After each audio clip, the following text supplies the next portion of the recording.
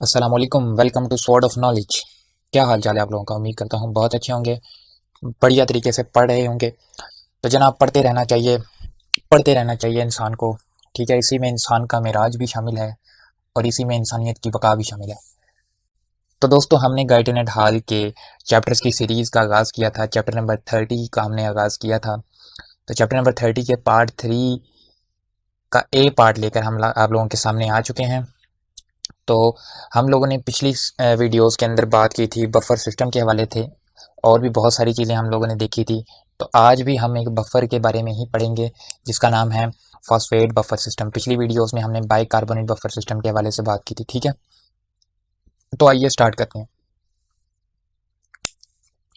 Phosphate buffer system हमारे पास, आप लोगों को सबसे पहले ये पता होना चाहिए कि इतना एफिशिएंट नहीं होता एक्स्ट्रा सेलुलर फ्लूइड के अंदर। ठीक है, एक्स्ट्रा सेलुलर फ्लूइड के अंदर ये इतना एफिशिएंट नहीं होता, जबकि इसकी इम्पोर्टेंस का अंदाज़ा हमें कहाँ जाकर होता है? रेनल ट्यूबुलर फ्लूइड के अंदर जाकर होता है, और दूसरा इंट्रासेलुलर फ्लूइड के अंदर जाकर होता है, जहाँ पे इसका अच्छा खासा रोल होता है। ठीक है, फॉस्फेट बफर के जो एलिमेंट्स हैं, मेन कंस्टिट्यूएंट्स हैं, वो हमारे पास H2PO4 नेगेटिव है और HPO4 नेगेटिव 2 आइंस हैं। ठीक है, आप देखें कि ये आइंस हैं, और हम लोगों ने बात की थी बफर जब भी बनता है तो हमारे पास वीक एसिड और साल्ट होता है, या वीक बेस और साल्ट होता है। तो दोस्तों, इनमें से एक वीक एसिड होगा और दूसरा कंपोनेंट जो होगा वो साल्ट से आ रहा होगा। ठीक है, एक बात, दूसरी बात यह है कि ये ज़रूरी नहीं है कि हमारे पास हर वक्त प्योर फॉर्म में वीक एसिड हो या वीक बेस हो और साल्ट हो। इनडायरेक्ट तरीके से भी बफर तैयार किए जाते हैं। ठीक है, तो फॉस्फेट बफर जो बुक के अंदर लिखा है वो भी एक हिसाब से इनडायरेक्ट तरीके से ही बना हुआ है। ठीक है, तो इसीलिए इसको थोड़ा सा समझने में डिफिकल्टी आती है, लेकिन हम लोगों ने थोड़ा सा इसको ईजी करके लिखा हुआ है ताकि चीज़ों को समझाया जा सके स्टेप वाइज। तो जुड़े रहें हमारे साथ। तो हमारे पास आप लोगों ने सबसे पहले याद रखना है, H2PO4 नेगेटिव जो सा है वो एक वीक एसिड के तौर पे वर्क करेगा, वीक एसिड के तौर पे वर्क करेगा। जबकि HPO4 नेगेटिव 2 आइंस जो से हैं वो हमारे पास एक साल्ट से आएंगे जिसका नाम है Na2HPO4। ठीक है, Na2HPO4। एक बात, दूसरी बात आप ये याद रखें, जो हमारे पास वीक एसिड है H2PO4 नेगेटिव, वो हमारे पास NaH2PO4 की शक्ल में मौजूद होगा। ठीक है, जब हम बफर की इक्वेशन को बनाएंगे तो वहाँ पे हम NaH2PO4 लिखेंगे। ठीक है, H2PO4 नेगेटिव की जगह पे। ठीक है, तो अब देखते हैं इन दोनों चीज़ों के सोर्सेज क्या हैं हमारे पास। ठीक है, तो सबसे पहले हमारे पास है जी H2PO4 नेगेटिव का सोर्स। पहले तो आप लोग इस बात का तयन करें कि H2PO4 एक आयन है, लेकिन ये किस किस्म का आयन है। ठीक है, तो जनाब, ये एम्फोटेरिक मॉलिक्यूल है। H2PO4 एम्फोटेरिक मॉलिक्यूल इस तरह के होते हैं जो कि एसिड के तौर पर भी वर्क कर सकते हैं और बेस के तौर पर भी वर्क कर सकते हैं। ठीक है, अब आप अगर इसकी केमिस्ट्री के अंदर जाएं तो H2PO4 नेगेटिव को अगर आप देखें तो इसके ऊपर चार्ज कौन सा है? नेगेटिव चार्ज है। ठीक है, तो अब इसके अंदर एबिलिटी है कि ये H पॉजिटिव आयन को एक्सेप्ट कर सकता है, जो कि इसकी बेसिक प्रॉपर्टी गिनी जाएगी। लेकिन आप देखें कि इसके अंदर ये सकत भी है कि ये एक हाइड्रोजन आयन दे के HPO4 नेगेटिव 2 के अंदर भी कन्वर्ट हो सकता है। ठीक है, तो इसके अंदर दोनों प्रॉपर्टीज मौजूद हैं, एसिड बनने की भी और बेस बनने की भी। लेकिन हमारे केस में आप लोगों ने याद रखना है कि H2PO4 नेगेटिव जो है वो एसिड का रोल अदा करेगा, वीक एसिड का रोल अदा करेगा। ठीक है, तो आइए देखते हैं कि H2PO4 हमें मिलता कहाँ से। तो जनाब, इसका सोर्स हमारे पास जो होता है वो फास्फोरिक एसिड होता है H3PO4, जो कि डिसोसिएट करता है, हमें हाइड्रोजन आयन देता है, जाहिर है एसिड है। और साथ में H2PO4 नेगेटिव हमारे पास आते हैं। इसी इक्वेशन को अगर हम लोग इसी रिएक्शन को बेस के साथ करवाएं तो हमारे पास H3PO4 है जिसको हमने मिक्स किया NaOH से, जो कि एक बेस है। तो हमारे पास क्या आया? NaH2PO4, जो कि एक साल्ट होगा और साथ में वाटर बना। ठीक है, अब ये साल्ट जो है, अगर तो इसमें से सोडियम को निकाल लिया जाए तो हमारे पास क्या बन जाता है? H2PO4 नेगेटिव बन जाता है ना। तो NaH2PO4 H2PO4 नेगेटिव, ये दोनों इंटरचेंजेबल हैं। ठीक है, ज़्यादा स्टेबल NaH2PO4 है, इसलिए हम इसको यूज़ करेंगे। ठीक है, एक बात। अब आगे बढ़ते हैं जी। आगे है हमारे पास सोर्स ऑफ HPO4 नेगेटिव 2।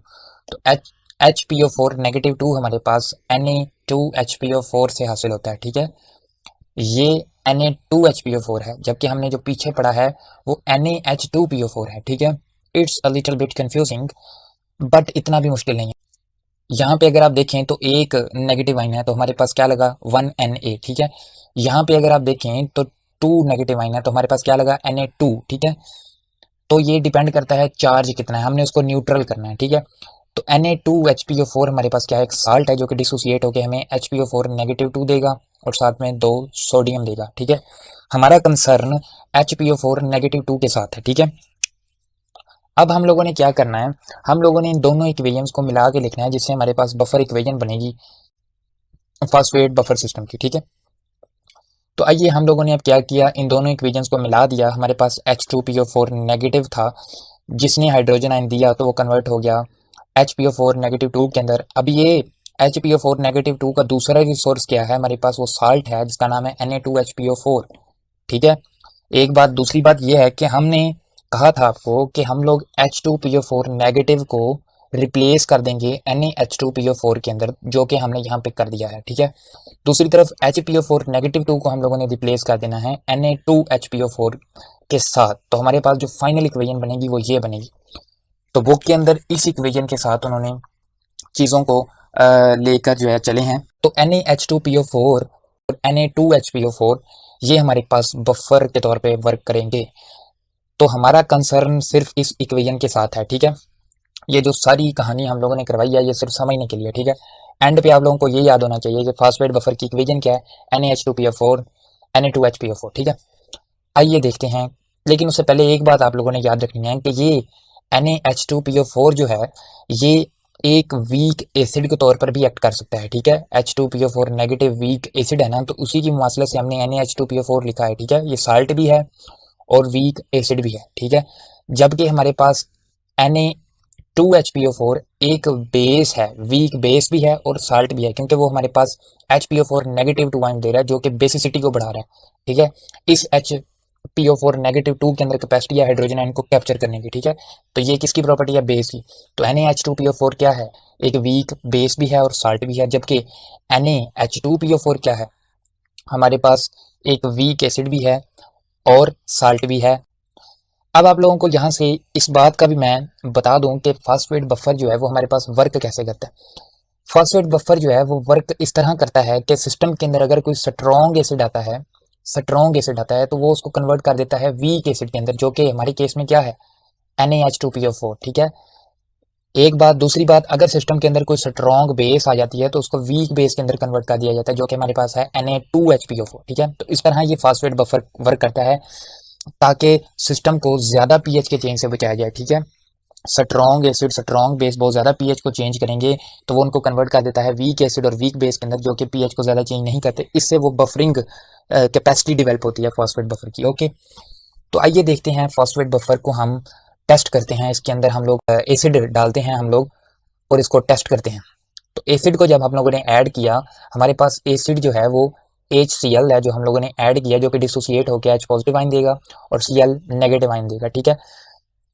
तो इक्वेशन के ऊपर अगर हम आए तो HCl को हमने मिक्स किया जब इस सिस्टम के अंदर, जो कि था Na2HPO4 और NaH2PO4, ठीक है। ये इक्वेशन के अंदर हम लोगों ने अब HCl को ऐड कर दिया तो क्या हुआ, एसिड है तो वो रिएक्ट करेगा किसके साथ, बेस के साथ, ठीक है। ये हमारे पास बेस थी, ठीक है, इसके साथ एक्ट करेगा तो रिएक्ट करके हमारे पास क्या बनाएगा, हमारे पास NaH2PO4 बनाएगा, यही वाला NaH2PO4, ठीक है। NaH2PO4 क्या था, वीक एसिड था, ठीक है। जबकि HCl क्या है, स्ट्रॉन्ग एसिड है, ठीक है। तो यही तो काम है फॉस्फेट बफर का, स्ट्रॉन्ग एसिड को कन्वर्ट कर देना वीक एसिड के अंदर, ठीक है। स्ट्रॉन्ग एसिड को कन्वर्ट कर देना वीक एसिड के अंदर, ठीक है। तो इस तरह ये पीएच को मेंटेन करता है। आगे बढ़ते हैं, हम अब ऐड करेंगे बेस को। अगर आप लोगों को एसिड का पता चल गया है तो बेस जब ऐड होगी तो वीक बेस जो है वो रिएक्ट करेगी किसके साथ, एसिड के साथ, जो कि हमारे केस में था NaH2PO4, ठीक है। बेस हमने ली NaOH जो कि रिएक्ट करेगी NaH2PO4 के साथ, जो कि एक वीक एसिड है, ठीक है। रिएक्शन करके हमारे पास जो चीज़ आएगी वो है Na2HPO4, जो कि एक साल्ट भी है और साथ में एक वीक बेस भी है, ठीक है। तो यही तो इस सिस्टम का काम है, ठीक है। यही तो इस सिस्टम का काम है कि एक स्ट्रॉन्ग बेस को कन्वर्ट कर दिया एक वीक बेस के अंदर, ठीक है, एक वीक बेस के अंदर। तो दोस्तों इस तरह ये फॉस्फेट बफर सिस्टम वर्क करता है हमारी बॉडी के अंदर, ओके हो गया। अब देखते हैं power of phosphate buffer system. Power जो होती है वो बफर की दो चीज़ों के ऊपर डिपेंड करती है। एक, सिस्टम की पीएच उसके पीके के कितना कितना करीब है। अगर आप लोगों को पीके और पीएच का नहीं पता तो आप लोग पिछली वीडियोस को देख सकते हैं। एक बात कि अगर तो पीएच और पीके ऑफ बफर सेम सेम है तो बफर जो सा होता है वो बहुत अच्छी परफॉर्मेंस देता है, ठीक है। लेकिन हमारे पास जो फॉस्फेट बफर है इसके केस में क्या सीन है आइए देखते हैं। हमारे पास सिस्टम की पीएच जो बॉडी की पीएच है नॉर्मल वो 7.4 है एक्स्ट्रा सेलुलर फ्लूइड के अंदर, जबकि पीके फॉस्फेट बफर है 6.8, जो कि ठीक है, इतनी दूर भी नहीं है, मतलब कि एक अच्छी परफॉर्मेंस दे सकता है फॉस्फेट बफर, ठीक है, एक अच्छी परफॉर्मेंस दे सकता है फॉस्फेट बफर। लेकिन ये इतनी अच्छी परफॉर्मेंस नहीं देता। क्यों नहीं देता? क्योंकि इसकी मिकदार, इसकी कंसंट्रेशन जो होती है वो बहुत ज़्यादा लो होती है, ठीक है, बहुत ज़्यादा लो होती है as compared to bicarbonate buffer system. As compared to bicarbonate buffer system उसका सिर्फ 8%। अगर बाइकार्बोनेट बफर सिस्टम हमारे पास 100% है तो उसका 8% हमारे पास क्या होगा? फॉस्फेट बफर, जिसकी कंसंट्रेशन बहुत कम होगी। तो ओवरऑल टोटल रिजल्ट जो आता है वो फॉस्फेट बफर का वो एक्स्ट्रा सेलुलर फ्लूइड के अंदर इतनी खास ये परफॉर्मेंस नहीं दे पाता, ठीक है। लेकिन हम लोगों ने बात की थी कि phosphate buffer extra cellular fluid के अंदर तो नाकाम है, लेकिन ये किडनीज के अंदर, ट्यूब्यूलर फ्लूइड के अंदर और इंट्रा सेलुलर फ्लूइड के अंदर बड़ा ही इंपॉर्टेंट है, ठीक है। तो आइए देखते हैं क्यों। सबसे पहले तो बात यह है कि फॉस्फेट जो सी होती है वो ट्यूब्यूल्स के अंदर इंक्रीज कर जाती है, ठीक है, इंक्रीज कर जाती है। फॉस्फेट की कंसंट्रेशन रेनल ट्यूब्यूल्स के अंदर उसकी मिकदार बढ़ जाती है, जिसकी वजह से इसकी परफॉर्मेंस थोड़ी अच्छी हो जाती है। एक बात। दूसरी बात, ट्यूब्यूलर फ्लूइड के अंदर जो पीएच होती है वो स्लाइटली लोअर होती है, जो कि पीके के बराबर हो जाती है तकरीबन, जो कि 6.8 था, जिसकी वजह से फॉस्फेट बफर यहाँ पे आके बड़ी अच्छी परफॉर्मेंस देता है, ठीक है, ये बात। दूसरी बात, इंट्रा सेलुलर फ्लूइड के अंदर हम लोगों ने की थी कि इंट्रा सेलुलर फ्लूइड के अंदर भी ये बफर बड़ा ही अच्छा वर्क करता है किसी हद तक, ठीक है। वो क्यों करता है? क्योंकि इंट्रा सेलुलर फ्लूइड के अंदर भी पीएच जो सी होती है वो एक्स्ट्रा सेलुलर फ्लूइड की निस्बत थोड़ी सी लो होती है, जो कि इस फॉस्फेट बफर के पीके के करीब करीब होती है, जिससे इसकी परफॉर्मेंस काफ़ी अच्छी हो जाती है, ठीक है, एक बात। और फॉस्फेट की कंसंट्रेशन भी हाई होती है इंट्रा सेलुलर फ्लूइड के अंदर, ठीक है। ये दोनों बातें फॉस्फेट बफर को ट्यूब्यूलर फ्लूइड के अंदर और इंट्रा सेलुलर फ्लूइड के अंदर तकवीत बख्शती हैं, उसको इंपॉर्टेंस देती हैं, ठीक है, कि वो वर्क करे, उसको जो है ना उभारती हैं अच्छा वर्क करने पे। तो ये दो फैक्टर्स हमारे पास याद रखने के हैं। तो ये था हमारा लेक्चर आज का। Thanks a lot for your time. हमारी वीडियोस को लाइक करें, सब्सक्राइब करें और शेयर करें। अल्लाह हाफ़िज़ नासिर।